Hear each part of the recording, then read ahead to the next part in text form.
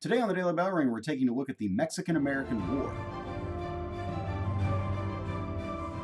Hello, welcome to the Daily Bellringer. Please don't forget to subscribe and take a look at the questions down in the description. Also, I'd love to see your answer to question number 5 in the comments below. So, the Mexican-American War, in order to understand what was going on here, we have to first take a look at what was going on in Texas. Of course, Texas had gained independence in 1836, but was not added as a state to the United States until 1845.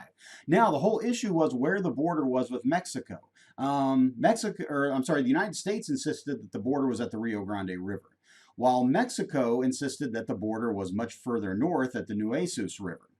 So this was the big issue. Now, in 1845, right as Texas was being admitted as the 28th state, James K. Polk was coming in as the 11th president of the United States. And Polk had run a campaign basically arguing for manifest destiny, arguing for adding new territory, arguing for trying to get the border of the United States all the way to the Pacific Ocean.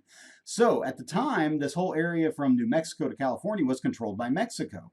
And James K. Polk had tried unsuccessfully to buy this whole region from Mexico, but Mexico had refused. And so now James Polk was basically wanting to go to war with Mexico, and he needed to find a way to provoke a war with Mexico.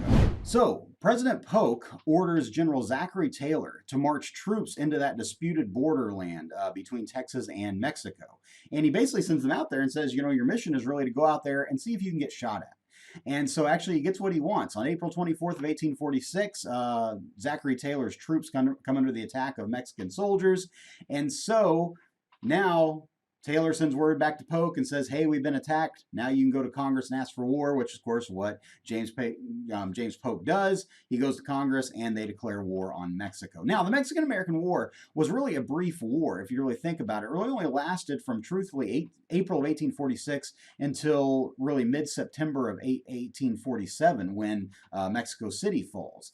And really, it's a war that's dominated by the Americans. And one of the big reasons why it's dominated by Americans is because we had really well-trained commanders and soldiers, a lot of them coming from West Point, the big military academy up in northern New York. Some of these guys who had been trained at West Point who were involved here at the Mexican-American War, guys like Robert E. Lee, Ulysses S. Grant, Thomas Jackson, of course, will later be known as Stonewall Jackson. These guys that are going to be big names during the American Civil War. And many of the leaders of the Civil War are going to get their first taste of battle here during the Mexican-American War. So in the Mexican-American War, the United States had really three main goals or three main points to their strategy to win the war. First was to take control of that disputed borderland in Texas. And actually, General Zachary Taylor accomplishes this in early 1847 by capturing the cities of Monterrey and Buena Vista in northern Mexico. The second part of the plan was to take control of the New Mexico to California region.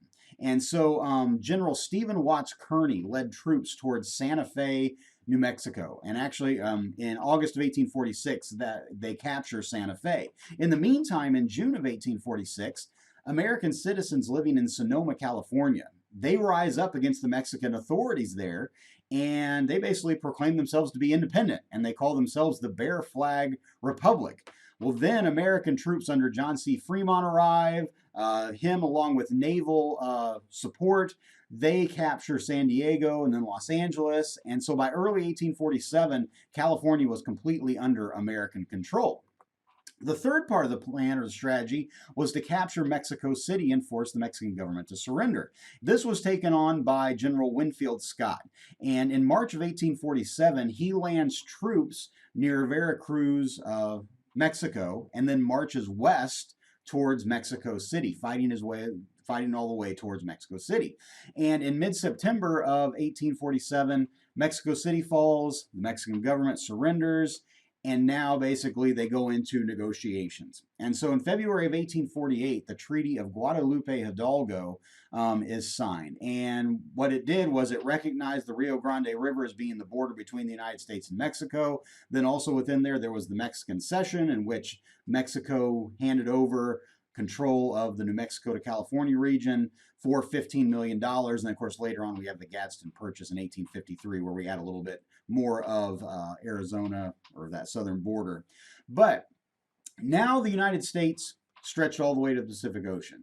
And now Manifest Destiny is really, really going to kick into high gear as Americans begin to flood west, especially beginning with, of course, gold is going to be found there in California shortly after the war is over, really right as the war is ending. Gold is found there in California. So Americans begin to flood to the west. And of course, this is going to set the stage for a lot of conflict in the 1850s as we argue about, are these new areas going to be free or slave states? And of course, this is going to lead us towards the American Civil War. Okay, so thank you for watching.